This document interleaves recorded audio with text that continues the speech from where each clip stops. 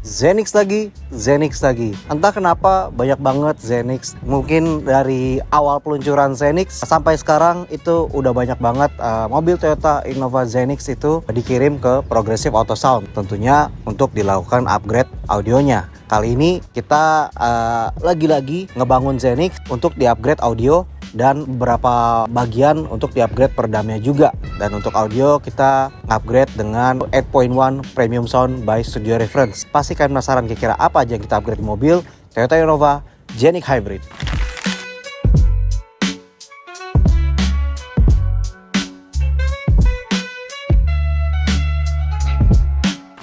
Oke guys, jadi seperti yang tadi gue bilang, kalau di mobil Innova Genic Hybrid ini sudah kita lakukan upgrade 8.1 Premium Sound by Studio Reference dan juga sedikit upgrade peredaman. Pasti kalian penasaran nih, kira-kira bagaimana sih hasil suara dari Toyota Innova Genic Hybrid yang sudah kita upgrade dengan sistem audio 8.1 Premium Sound by Studio Reference ini.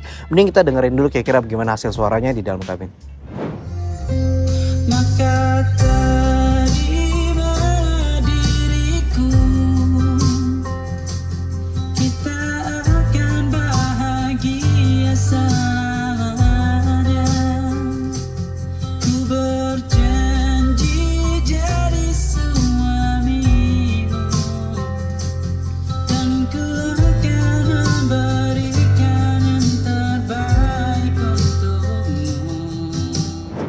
Oke guys, jadi sudah kalian dengar juga hasil suaranya. Ya menurut kalian gimana nih? Kalau boleh jujur, emang mobil Toyota Innova Genic Hybrid itu udah sering banget kita kerjakan ya. Jadi emang karena audio system bawaan dari Toyota Innova Genic maupun dari hybrid maupun bensin itu semuanya benar-benar bisa dibilang sangat jauh di bawah standar ya. Karena walaupun mobil ini bisa dibilang harganya sekarang udah di atas 500 juta ya, mungkin sekitar 600 jutaan juga, apalagi yang ini tipe hybrid type Q ya, itu harganya tuh udah lumayan tinggi banget ya, udah sekitar 600 jutaan kalau nggak salah ya. Tetapi sound system bawaannya itu benar-benar masih kurang banget ya. Mending daripada kalian penasaran kira-kira apa aja yang udah kita upgrade di mobil Toyota Innova ini ya, seperti biasa mending kita lihat aja langsung dari bagian depan dulu. Oke guys, jadi seperti biasa kalau kita melakukan instalasi audio, ini yang wajib kalian tahu ya. Jadi setiap kali instalasi audio tentu kita harus, kita ada pasangkan satu buah fuse utama, yang dimana ini kita bikinin custom mounting ya. Jadi ini dudukan untuk fuse-nya, dan ini dudukannya ini benar-benar super rigid banget ya. Ini terbuat dari akrilik. Kita duduknya kita di sini ada lubang baut, kita pasangkan baut 8 ya kurang lebih ya. Jadi ini duduknya benar-benar rigid banget ya, karena kita pakai baut gede. Kita ada bikinin drat juga di sini pakai rivet ya. Jadi ini nggak merusak mobil sama sekali. Duduknya juga rigid sempurna, dan ini semua kabel-kabelnya itu diselongsongin semua ya sampai masuk ke dalam kabin.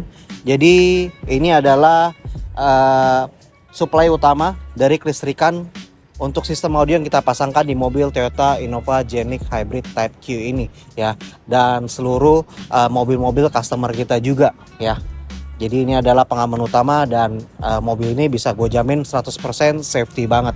Mending daripada kalian penasaran, kita beralih ke bagian belakang dulu deh.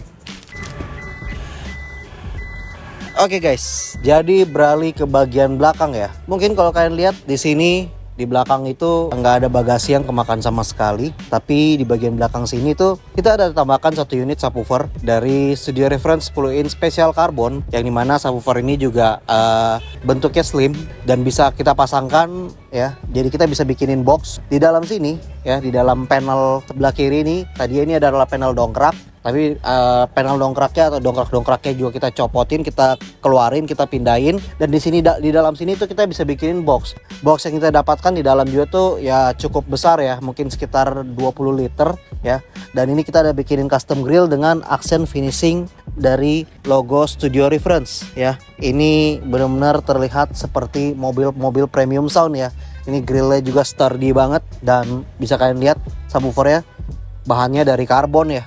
Bahannya dari karbon, lihat detailnya. Ini juga finishingnya matching dengan warna panel mobilnya ya. Ini bahannya seperti kulit ya. Jadi benar-benar mobil kalian tuh nggak terlihat norak, terlihat seperti mobil-mobil premium sound dan berkelas tentunya dengan suaranya juga tentu berkelas. Mungkin buat kalian yang bertanya-tanya, kira-kira subwoofer ini kita angkat dengan power seperti apa? Beralih ke bagian sini ya. Ini kalau kita buka, ini ada 4 penyimpanan ya. Di sini kita ada pasangkan satu unit power monoblock dari Crescendo Revo 3A1. Yang dimana ini adalah power monoblock kelas middle dari Crescendo. Kenapa gue pakai amplifier monoblock ini? Karena emang amplifier monoblock ini tuh mempunyai kualitas suara juga yang cukup mumpuni ya. Untuk tenaganya juga cukup bagus, untuk sound quality maupun agak sedikit loud itu udah cukup bisa dibilang cukup kencang ya. Dan yang gue suka itu kontrolnya bagus banget ya. Buat di amplifier seperti ini kita main dengan konfigurasi 2 ohm ya, karena ini subwoofernya double coil 4 ohm. Kita paralel main 2 ohm. Amplifier ini bisa menghandle subwoofer ini dengan cukup ringan ya. Ini kita udah pakai cukup agak lama kita nyalain sistemnya. Amplifiernya nyala dan ini masih hangat-hangat aja ya, nggak panas. Jadi cuma hangat doang ya. Mungkin kalau kalian bertanya-tanya sebelumnya di situ ada dongkrak. Dongkraknya itu kemana ya? Mungkin kalau kalian lihat ke sini ya. Ini bagian sini gue buka. Di sini kita ada bikin storage atau tempat penyimpanan dongkrak ya, dan ini bisa dikeluarkan ya. Nanti ini kita tarik keluar aja. Ini kan udah dikencengin, ntar kita kendorin. Ini kita kendorin, nanti tinggal kita tarik naik keluar, itu dongkraknya bisa keluar dan dipakai ya. Untuk toolkitnya juga ada di situ semua ya. Kita tutup balik, semuanya terlihat seperti standar ya, dan kita tutup tidak terlihat ada perubahan. Oke, kita beralih ke bagian dalam kabin aja yuk. Oke, karena mobil ini kita konsepkan dengan konsep OEM look ya. Mungkin kalian bisa lihat tidak terlihat ada perubahan sama sekali dalam kabinnya. Bahkan dari bagian head unitnya tetap masih menggunakan head unit standar.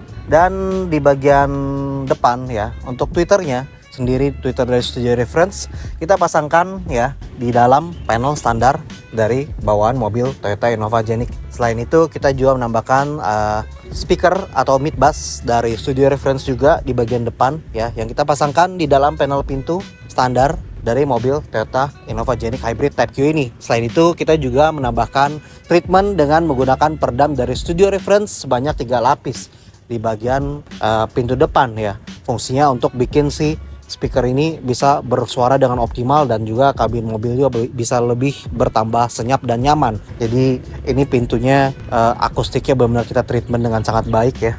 Jadi si mid bass ini bisa bersuara dengan lebih clean lagi ya. Nggak sampai di situ ya. Di bagian pintu belakang juga kita tambahkan satu set speaker two-way dari Studio Reference juga, yang dimana untuk speaker belakang sendiri kita pakaikan dengan sistem passive crossover ya. Karena untuk speakernya sendiri kita pasangkan di dalam panel standarnya, dan untuk tweeternya ya kita pasangkan di depan mid bassnya sendiri ya. Jadi emang jarak dari si speaker ini benar antara dua driver si tweeter dan mid bass ini cukup dekat ya.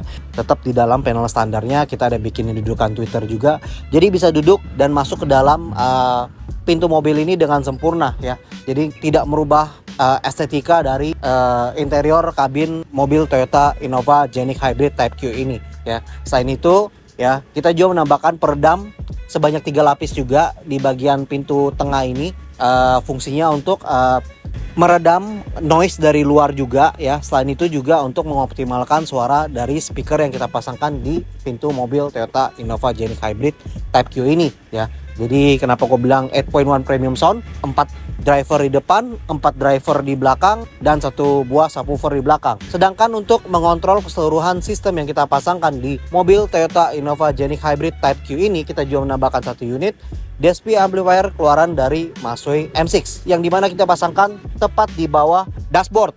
Kita pasangkan di bawah dashboard, dan kita ada bikinin dudukan untuk si DSP amplifiernya ya di bawah dashboard, karena emang ada ruang di situ. Sedangkan untuk di bawah joknya sendiri itu tidak bisa kita pasangkan perangkat apapun, karena emang di bawah jok depan kanan kiri ini di situ ada baterai untuk sistem hybrid di mobil Toyota Innova Genik Hybrid Type Q ini. Selain itu untuk head unit sendiri kita masih menggunakan head unit standar.